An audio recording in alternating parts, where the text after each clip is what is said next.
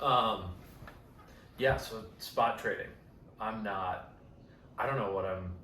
know how to do it. I always feel like I'm coming across too forceful when I'm like, hey, this is a business. I would like a spot on your show. And in return, like, or even just asking, because you hear so many people just like, oh my God, there's so many just straight white dudes out here just begging for shows. And I'm like, it is true. They are out here begging for shows, but. Yeah. I mean, I see what you mean. I feel the same way. Like, I think everyone does, though, when you're going to ask someone for a spot to like try and get on their show. But then I talk to people who are running shows, and like if there's a show that you want to get on and you don't maybe really know the person, right, you're not going to get on that show, not because you're not good or they're not thinking of you, right, but because there's so many other people that are doing that are messaging them, and like it's then hard to say no to those people. So then they put them up. But then if you go into that mix and then they're like, oh, I kind of know them and like they're good, then I think even higher your chances to maybe skip the line. Right. I think. I don't know. That's what I tell myself when I'm feeling like, oh my God, I'm such a loser, blah, blah, blah, blah, blah. But you gotta do it. I know. When everything started reopening, a lot of people were like, I think 3, which isn't, I mean, it's a lot. That's a lot of people to think that I was in California the past year. Wait, you were or you weren't? I went for a trip. You were. I went for a trip. I actually, when everything shut down, like I was out in LA doing comedy, and then the day I landed back in New York was the day that everything shut down. Rough. So I don't know if like people's like memory or whatever was like the last thing they saw on my Instagram story was me in LA, and then I went to California in October to visit a friend and just do a trip. I didn't do comedy, and I posted like one picture, and I guess I put up stuff like, you know, on my story, but a few people thought I was in California the whole time. So it's like, I was like, damn, I should have been reaching out to people because maybe more people thought I was in California. I don't know. Yeah. Like, you never know what people are thinking, and at the end of the day, we're all doing the same thing. Like, we get it. It's true. It's just, I guess it's how you say it, too. You don't want to, right. And I feel like you wouldn't say it weird, or do you? It's this weird disconnect in my mind. I don't feel like I'd say it weird. And the ironic part is, like, during my day job, I have no problem like cold calling people and asking them to like have a meeting or whatever. But as soon as it has something to do with comedy, even like I have something to offer, and I'm still like a little nervous. Yeah, because you have a show that you can give it. I know. So that's why it's like, I don't know. There's people out here who've got nothing to give back except for a handshake, and they've all hit me up. Yeah, exactly. The cold. Like, I've gotten a few people that I not only have never met, but not even heard of. And they, like, cold message me. And they don't even, like, drop a name.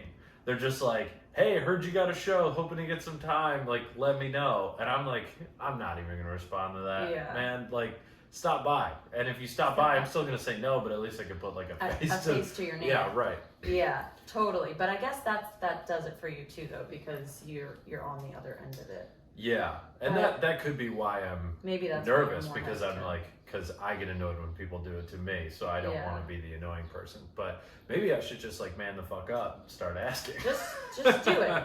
Just do it. As a crazy white lady, I'm telling everyone to book Corey. Yes, please. You heard it here. Or as first. I like to call him, Peter. Peter. That was really funny last night, and as I was walking home, I started to feel bad. That I just like flatly said no. Yeah, I know. I was like, I don't know what to say in this conversation. Let me bring up this pastime that me and Corey have. And I'm like, hey, Corey, remember when I thought your name was Peter? And he goes, no. And then everyone was like, oh, you just embarrassed yourself again. Chris Ryder, who's been on this like a million times at this point, just lost his shit, and I was like, oh, I think that might have been too much. No, I'm all right. I'm all right. Good to hear. So speaking of day jobs, this podcast isn't about comedy. Yours is yoga. I'm going to preface this by saying I don't know anything about yoga. Awesome. I am the least flexible person ever. That's what everybody says. And I'm not spiritual at all. Okay. And so, as like whatever way you want to take this, I'm sure I'll come up with a bunch of questions, but I figured the place to start is like, I do know that there's like different types of yoga.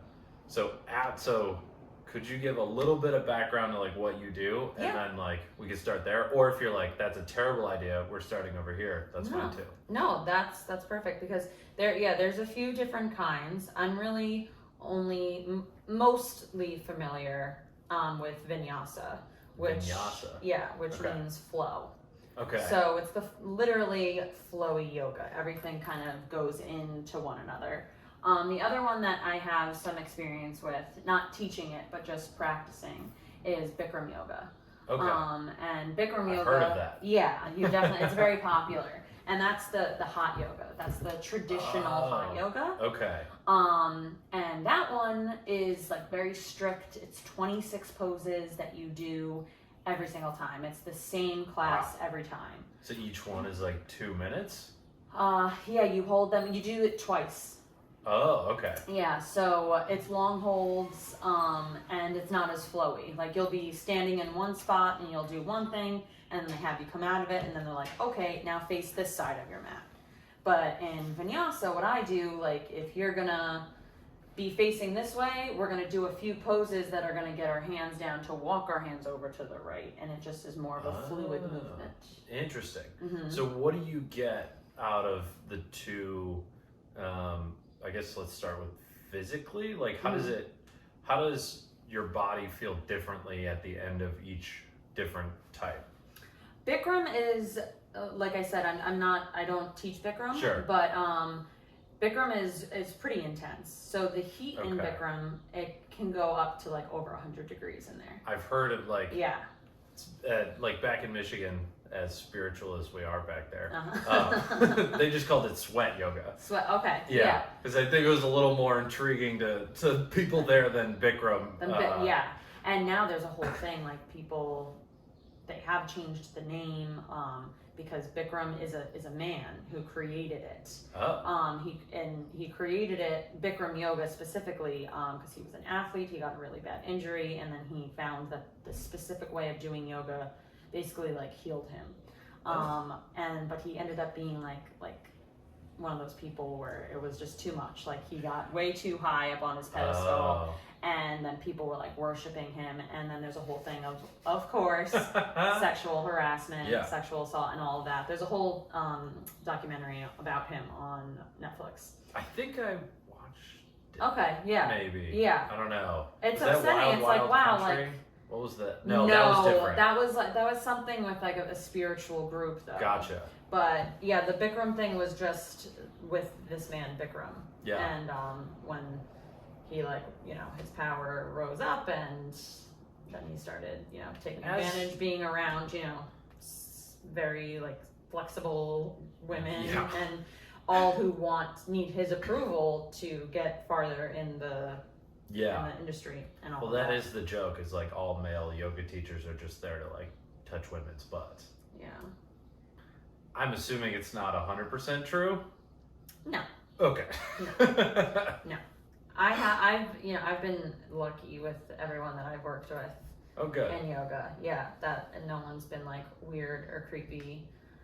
Can't say the same about comedy, but hey, comics are the best of society. That's what everyone's always said. They truly are. Yeah. They're just like the A+ students. The pinnacle of people. Manners and responsibility. All the good things. Everything you want to bring home to your mom. Maturity. Yes. Oh my God, 100%. maturity is like insane. Yeah. So okay. I mean, the bar's low. If you're ever joining something where the bar is under comedy, quit that. Yeah. It's not good. Yeah, that's true. That's true. Okay, so like Bikram is that normally seen as like more for athletes? I think it's actually, a lot of people go there for injury. Like, my parents like Bikram yoga more than the yoga that I do. Oh. Is that just personal? I think what it is, though, is because it's the same thing every single time, so they know what to expect. Gotcha. And the yoga that I do, which, by the way, I do hot vinyasa. I didn't say that before. Okay. So it is hot yoga that I do, but it's not traditional hot yoga. So traditional basically means Bikram. But some people took the name Bikram away because of the whole because he's a piece of allegation. shit. Yeah. So with vinyasa, it's like the teacher makes up and creates the practice every time. Interesting. So you're like building a set almost. Yeah. It's like, I have, I choose what pose we call it a peak pose. Okay. The pose that I'm working towards. So it's usually like a more like intermediate or advanced pose that you get to at the end of class. Okay. And the class will, all the poses that you do before and the entire class will build you up so that you can be more successful in the peak pose. Okay. Yeah. Wow. So that's like, so you are like, all of the moves that you do in vinyasa, are they like all building up to that peak? Or is it kind of like, I guess I'm trying to like draw parallels to how I think about building like a comedy set or like a sales pitch or something like that, where like, in a comedy set, if you're doing a half hour, like you can have an overarching theme, but you can also have stuff like that's kind of off to the side. Exactly, because you want to like counterpart it a bit. Yeah. So you totally do that in your body. Like if you're doing something like, for instance, today and yesterday I taught dancer's pose, which is that one when you're standing on one leg, reaching one hand forward, and then the other hand is grabbing the back foot and you lean forward. Okay. So it's a back bend, it's balancing, it's flexibility, it's heart opener. So there's a lot that goes on there, but that's opening up. So I made sure to also throw some things in there that you work on the core engagement to make sure that you don't just like, it's very easy to just like open everything up and be like, oh, I'm so open. And it's like, no, engage the muscles. Like, bring it back a little bit. The openness is, I feel like that's what I need. My body is tight all the time. Well, that's what we're finding too, is like after this past year, everyone being home and, like a lot of the, like in bed on the computer and even more so. That chair is very small. That chair is much smaller than I am. Yeah, and it's a lot of this. So like I've talked to a lot of teachers that are like, I've been really focusing on opening things up, working on the shoulders and Interesting. Heart openers and back bends and everything, because that's counteracting what we tend to do in society every single day, all day long. Yeah. So in the class, you definitely want to do things that are going to promote the pose, but then also kind of make sure that you're still engaging the other muscles that, will support you without overstretching, overworking anything. So it's like, it's just all about keeping the balance. So I'm trying to think of some examples, but it might get too complicated. Too detailed. Let's give it a shot. Okay, so I guess, no, we're not going to do that. I'm just like thinking of my class today, and now I'm wondering, maybe I didn't do enough counteracting. But is anyone like going to know? Everyone was walking out with their head back. And they're like, I feel so open, Kaitlyn. And I'm like, look forward. I'm like, geez, I need to counterpart it a little bit. But are they going to know? Because I feel like in a comedy set, when you fuck up a couple of tags or you forget to do a tag, nobody's the wiser. No. Like, you fucked it up. Exactly. But like everyone else was like, oh, I don't know. Oh my God. So there are some yogis though, sometimes. Yeah. So everything you do it on one side, you do it on the right, and then you do it on the other side, on the left. And, sometimes you forget, like, one little thing that you threw in. Yeah. And some people, they will, like, you'll be, like, down on the ground and, like, going to say you're in a low lunge twist, right? So left foot forward, right foot back, right hand down, left hand to the sky. Okay. And say you did for the yogis, a fallen warrior. So you come onto the outside edges and dip it back. Okay. Say you added that in on one side and you miss it on the other and you just kept flowing and had you then bring the left hand down. Some yogis will be like, fallen warrior. And I'm like, oh, Jesus. Chill out, Martha. It's going to be okay. It's going to be okay. We'll get to it. Our bodies are not going to break. They're not going to break. Depending on your clientele, they might.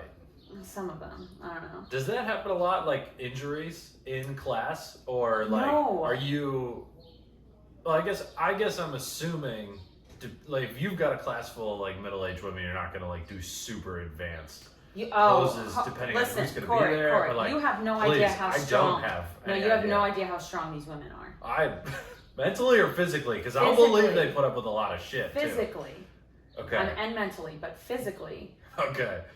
I would honestly say like a majority of the students that I teach in the room from the studio that I work at, they are way stronger than I am. And wow. Okay. Yeah, I mean like I would say my practice alone is very intermediate. It's not very like super advanced. Like I can't do crazy stuff balancing on my hands. I've only been practicing yoga for like 3 to 4 years, and I've been teaching it for 2. Okay. So I'm still learning a lot. Yeah. In my own body, like I know how to teach a class, but you know, you don't have to be a super advanced yogi to teach. It's something that I've learned. Sure. But yeah, some of these ladies, I'm like, holy crap. Like, yeah, I know some like 60-year-olds who can like really balance on their hands, like stick their legs out to the side while they're leaning forward, balancing on their hands. And I'm like, get it, girl. Get it. Like, it's amazing. It's amazing. And you would think like, oh, it's mostly like middle-aged people. No, it's such a mix. But there are so many people who you're like, wow, like I want to be like that when I'm 50. Okay. So then how do you like tailor the class to the people that can do that mixed with, you know, maybe someone who's someone who's a beginner? Because I bet you get a big spread. We do, and at the studio I work at, it is open level. So okay. That's definitely a challenge as a teacher, because you can get someone who is, you know, new and doesn't really know like what's going on. And also there's like the lingo, you know, like so calling out the poses. It's not like standard workouts. There's, you know, warrior 1, warrior 2, right. And so as a teacher you got to pick and choose what cues you're going to give, because you could sit there and spit out a million cues for one pose to guide them into it before you even say the name of it. I do that all the time. I'll be like, inhale, lift your right leg up, exhale, step it through in between your hands, plant your hands down, seal your left foot down, make sure that your feet are at railroad tracks, not on a tightrope, make sure that they're nice and wide. Now we're going to rise up, pull your right hip back, left hip forward, squeeze your left glute, sit it down, warrior 1. And then I'm like, you know, maybe I didn't need to say all that. It's like you're playing a game of Twister. Yeah, it's so many words, so much, blah, blah, blah, blah, blah. So it can be tough sometimes of being like, okay, how specific do I need to be? And you know, because you also don't want to annoy the people who know exactly what you're talking about. Right. But then you don't want the like the floating heads like looking around like, what's going on? Yeah. You know? How do I copy that person? Yeah. One time this person wasn't getting that I was saying left side. And I was trying to get them to move their left foot towards the left. Yeah. And they started bringing it towards me, which was to the right. And I was like, no. To the left, towards the windows, towards the wall. And then she's looking back at me and her foot is getting closer to the right. She's moving. And I'm like, oh, no. Now I'm really taking her out. Like, now I'm like, now you're really going to mess up your knee. I was trying to protect her knee and now I'm going to mess it up even more than you would have before. It can be pretty interesting. I recently had a 70-year-old woman come in, and she had only done yoga 3 times in her life. And I found out that she had one leg longer than the other. So balance was a tough one. Very tough. And that was hard because, you know, I mean, she was amazing. She did great, but it was hard for me in the sense of like, all right, I got to make sure I'm cueing her. And now we do live stream. All the classes that I teach are live streamed. So I'm hypothetically teaching to people at home. I don't know how many people are streaming in. Right. I just know the camera's on, and I'm also teaching to people at home. And you can't see how they're fucking it up. I can't see how they're fucking it up, and I just know what's going on in the room, but I also have to be present for the ones at home, and it's like there's so much going on. Yeah. And it was hard for some teachers, and I don't blame them when we came back from, you know, COVID and all of this was put into the job, but I will say that I think like stand up totally, like just having to be on your toes and know that a million things are going on at once and that you're trying to please a million different kinds of people. It's just never gonna happen. It's just not, you just have to accept it for what it is and do your own thing. So I think that's definitely helped me with yoga. And then probably the other way around too. Oh, for sure. I mean, any sort of performance, like I went to just like a music concert in someone's backyard last weekend, and they had like 4 or 5 bands. One of them, the lead singer went up there and he's like trying to tell jokes in between the set, and it was just like me and the other comic were looking at each other like, this dude needs to shut up. He's not funny. He doesn't know what he's doing. It's not his thing. And he was like all right at music, but then one of the bands later, the singer was this guy who also used to do comedy. And like me and the other comic in the audience were looking at each other as like, he is so comfortable up there. Yeah. And it's because he was on stage for like 5 years of his life before doing this. So even though it's like totally different, he feels a lot more comfortable. 100%. And yeah, it's the same with like my day job in sales. It's just it's just talking to people. It's being comfortable there. Yeah, and that I will say, like that I can't do. Sales? No, I don't know how you do it. It's so funny how like all these things are so similar, like just from like booking spots and standing in front of a room and teaching yoga. Yet I'm the type of person who's like, you know, if you want to buy this from me, that's fine. You know what? As a matter of fact, I'll buy it for you, and you let me know how it is. And if you like it, I'll get you another round. Yeah. Like, I am so bad at that stuff. I mean, that's like I would assume that's a fine line to walk, because like sales, you can get a little pushy and it's kind of expected. Like people expect a pushy salespeople. They don't expect a pushy yoga teacher. Like you're supposed to be very calm. You'd like, hey, if you'd like to buy this, I'd really appreciate it. At least I would assume. I don't know. Yeah, I mean, we're not really trying to sell much, you know. Well, we're just, I guess it's like, you know, come take my class. Like, but I don't know. It's a different. With yoga, it's like they're there to listen to what you're telling them to do. If you're like in the room and taking the class, so they just kind of trust you. But like when money and stuff gets involved, I get all weird, and I'm just like, no, I totally understand. Like I'm sure your bills are so intense, and I get it. But so are mine. So are mine, and they're gonna get worse because I'm gonna give you money just for listening to me talk. Like that's me. Oh man. So when you've got like, in like a stand-up show, if you've got like a really rowdy table or like someone that won't shut the fuck up or something like that, you pay a lot of attention to that person because you don't want to pay 100% attention to that person. So when you have like the 70-year-old who's maybe not doing everything right, who like has a bum knee or whatever, like how do you decide how much attention they get versus, you know, like, I would assume the people that know what they're doing, you just can ignore them. They're just looking to do it in a group. But, it's kind of the same. Like you find that balance of that like person in the audience. And the person in the audience, it's like you'll give them a little bit of attention. You'll call them out. You'll make a joke, right? Yeah. And hopefully keep it at bay, so that they don't like completely ruin everything.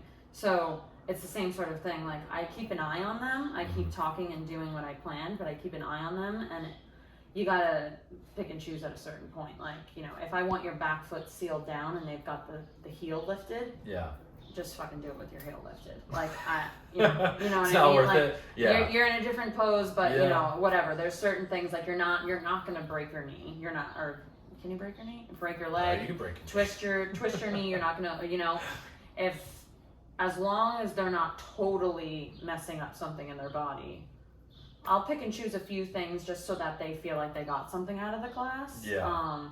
But yeah, if I was to sit there, I would have to change my entire class for certain people, and you can't. Yeah. But then sometimes I will do that. I will slightly alter the class and be like, maybe we're not going to get to that pose. Yeah. But I'll make sure that like I make it hard and we add some things in for the people who are here and have the ability, but while the other person can still keep up. Yeah. So it's a lot of in the moment figuring it out. Yeah. And sometimes I come out of class and I'm assistant manager of the studio. So sometimes, like this happened once, but I was like, oh my God, I totally messed that up. Like, because that one person, I was just way too focused and I was ready to like comp the other two people in the class. Like the class, I was ready to give it to them for free, but then they came out and they're like, that was great. It's the same sort of thing. Like, you know, sometimes like you think your set was terrible and you bomb and you listen, you're like, oh no, there was laughs. You know? Yeah. Yeah. So it's interesting. Okay. But you figure it out. Yeah. As long as no one's breaking anything, then, and I've never seen anyone get injured in class. That's good. Yeah. And I don't really hear about it. That's one thing I don't really hear about. As someone who gets injured all the time. Yeah. And Chris Ryder and I did an episode on getting injured, and it put Really? it on for 4 hours. Oh my God. But yeah, I've got a couple buddies that are like, you gotta get into yoga because you hurt yourself all the time. It's either I hear yoga and swimming. Yeah, those are the two things. I'm like, yeah, because because yoga it's not like quick paced. I mean, it can be fast paced. Like a fast paced yoga class though would be like a slow paced HIIT class, the HIIT workouts. You know what I mean? Yeah. Like they can be quick and they get your heart rate up, especially with the heat in there, you feel it.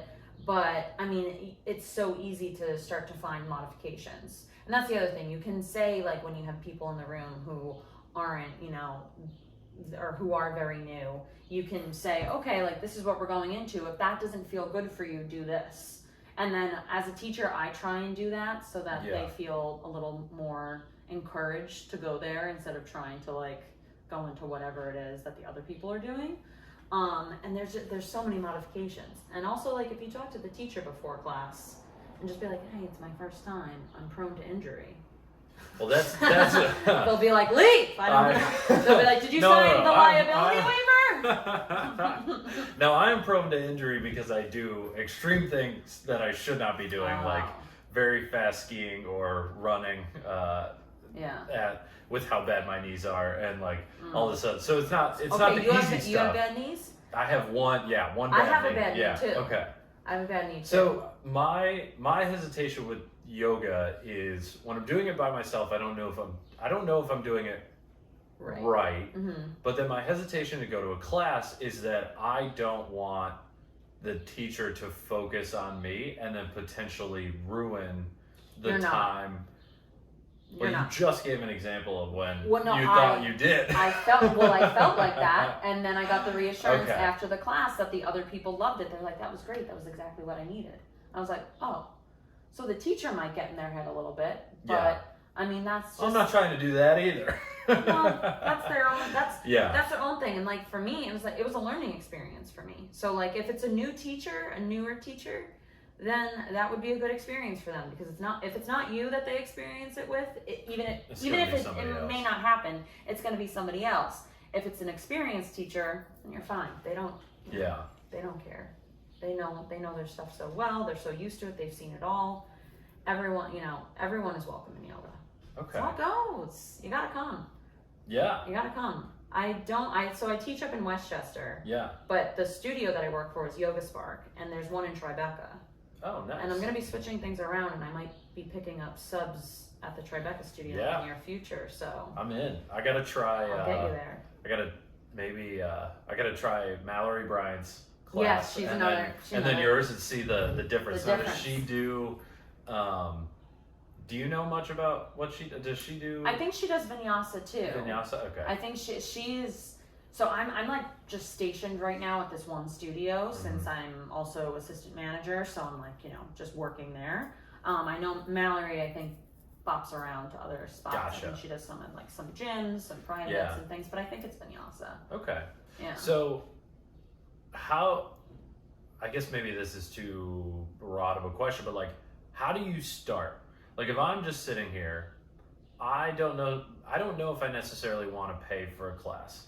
Is there like places on like, is YouTube actually good for yoga? Because like I tried it a couple of years ago and I found like a 15-minute thing and it really didn't do anything. It was just pretty much like I was doing a regular stretch and they were like, this is yoga. And I'm like, I don't know, is it? Wow.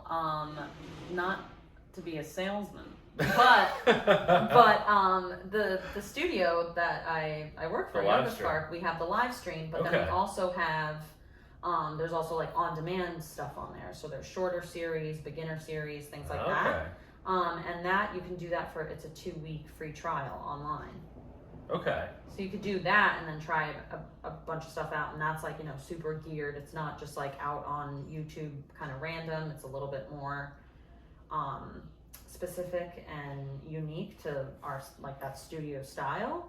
But I would say though, like I guess I haven't done that much of like online yoga just because I kind of got into it at this studio that I got certified to be a teacher and then I started teaching. So I never really had much of a time to like explore on internet yoga too much.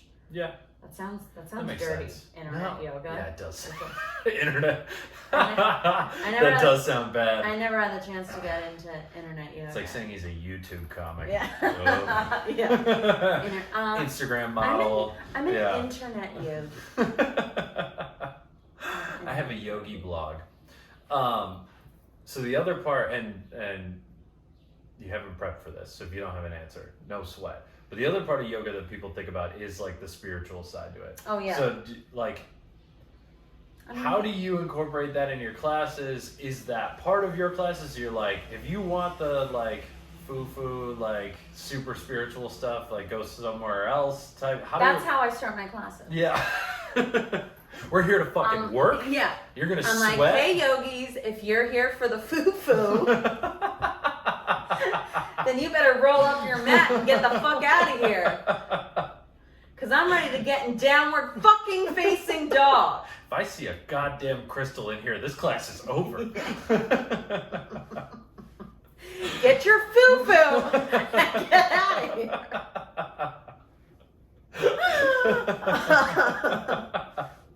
No, it's actually funny because I feel like sometimes I feel like when I'm teaching, I'm like it's my best like acting gig because I'm like, this is all bullshit. I'm in the worst mood. I'm feeling so judgy. I'm like, love yourself, and then I look in the mirror and I'm like, look at the fat rolls on your stomach. And then I'm like, breathe in love, exhale, hate. Meanwhile, I am breathing in hate. All the hate, yeah. And I'm just like, you have to just feel it comes good. in as love and leaves as hate. Yes.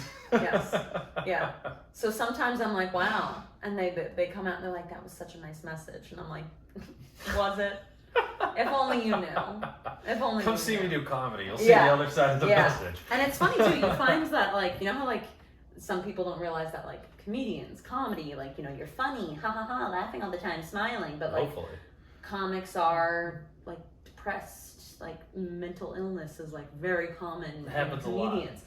It's kind of similar with yoga, with teachers, because I feel like not all comedians. Sure. But, you know, you think that, like, they're so grounded all the time. They've always been. Like, they literally came out of the womb and just, like, went, you know what I mean? No. Like, I found that, like, if you become a yoga teacher, you've been through some shit, you know? There's a reason why you're like, I need to do this. Because, like, the reason why I started and went to this studio yoga spark was because I was having a bad day. I was having a nasty day. And you were just like, I'm going to do it. And I was like, you know what? I'm fucking going. I remember where I was standing in my parents' house on the stairs, and I was just like, I got to get the fuck out of here. I got to get the fuck out. I'm angry. I'm mad. I'm going to yoga. I'm going to yoga! I'm going to yoga because I need to calm down. And it didn't work. The rest is history. I'm still trying. I was like, okay, did you teach? It's not working. Maybe I'll teach. Did you teach today? Do you still have this kind of energy after teaching? I did teach today. That's amazing. I taught yesterday too, 3 times. Oh, wow. Yes, I took a class today. Yeah. And then I taught. And yeah, I was disgusting earlier today because it's hot yoga. I get out and I'm like, oh my God, it's amazing how bad I smell. Well, I guess, thank you. Can we cut that part out? I'm glad I told you it was a video podcast, I guess. Who knows what you would have shown up like otherwise? Yes. Okay. Yes. Yes. That's why I got here a little later, because I didn't plan. I was like, I was maybe just going to leave my hair up in a bun. And then I was like, I'm not going to do that. Although it would have fit the part. It would have made it a little more believable. You could have shown up in the yoga pants. Yeah, I did. You did. I did. That's just like standard girl uniform. These are just like, But, that you telling me that it was on video, I was like, oh, I gotta finish up my work real quick because I gotta shower, put makeup on, which I wasn't planning on doing. Sorry. No. I gotta start. It's better off for everyone. Start burying that. It's better off for everyone I come across today. There you go. That's the right attitude. Just so you know, yesterday I taught 3 classes. Yes. I did shower, but I didn't wash my hair. Just so you know. Well, the audience at my show noticed, and I got some notes back.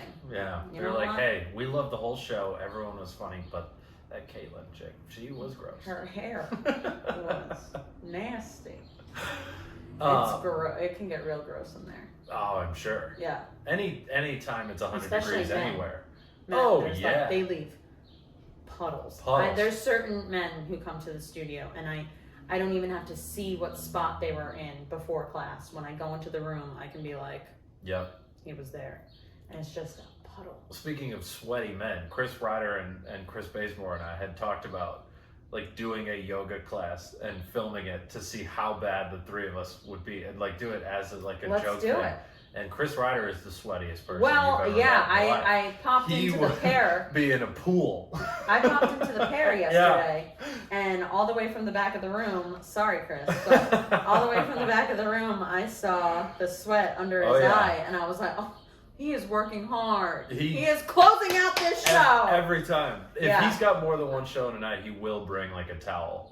Let's say. That's good. You're constantly detoxing your body. Yeah. He thing. is one of the calmest people ever. Really? Yeah. Have you seen, well, not on stage. No, but have you ever seen him freak out in person? No. He's always just so like go with the flow. Yeah. Anyway, it's like almost a running joke on this podcast that if Chris isn't on it, we talk about him. So it's I love Chris. Yes. He's great. Everybody loves one Chris. time, actually there was a time where he could have very easily freaked out on me. I was hosting his show. Yeah. And I forgot I was hosting. So I was like, doopy-doopy-doo, gonna be 10 minutes late. And he was like, you're hosting, by the way. And I was like, oh my God! And you are not the first host, nor gonna be the last host to ever do that. But then I got there, I was like, oh my God, I'm so sorry, oh my God. And he was like, it's okay. I vaguely remember that, actually. Oh, so he talked about me. No, okay. I think I was on So he talked about me, but no, you weren't. I was on that show. No, you weren't. How did you thought my name was Peter at the time? This was a few weeks ago. Oh, okay, never mind.